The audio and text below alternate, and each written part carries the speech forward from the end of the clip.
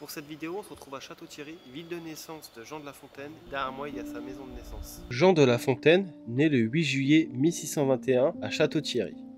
Issu d'une famille de marchands drapiers en voie d'anoblissement, il passe ses premières années à Château-Thierry, dans l'hôtel particulier que ses parents ont acheté en 1617 au moment de leur mariage.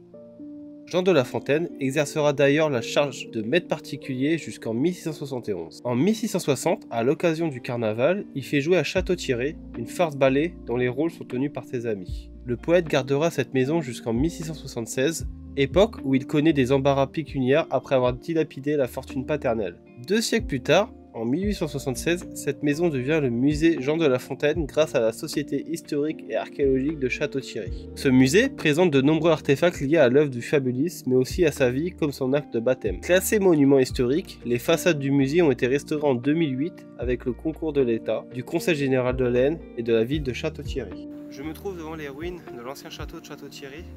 La butte et le château font l'objet d'un classement au monument historique. En 1813 et 1814, les soldats de Napoléon lui donnent son aspect actuel en abaissant les murailles et en remblayant les bâtiments encore de bleu le long des courtines afin de transformer la forteresse en vaisseau de pierre bardé de canons. Le 10 août 1813, par décret impérial, le site devient propriété de la ville, à charge pour elle de l'intégrer aux promenades de la ville, une fois la guerre terminée. Cette transformation en parc arboré sera faite dans les années 1860. Malgré les quelques séjours de Louis XVIII, le château passe au statut de bien national. Il est vendu comme carrière de pierre en 1793.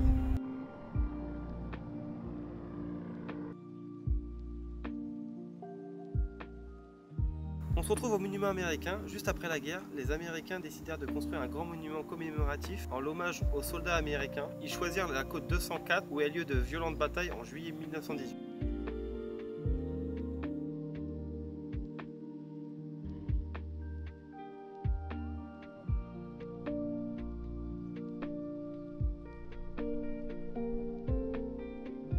Ce site domine la vallée de la Marne. De plus, c'est ici, le 18 juillet 1920, qui a lieu la remise de la croix de la Légion d'honneur à la ville de Château-Thierry.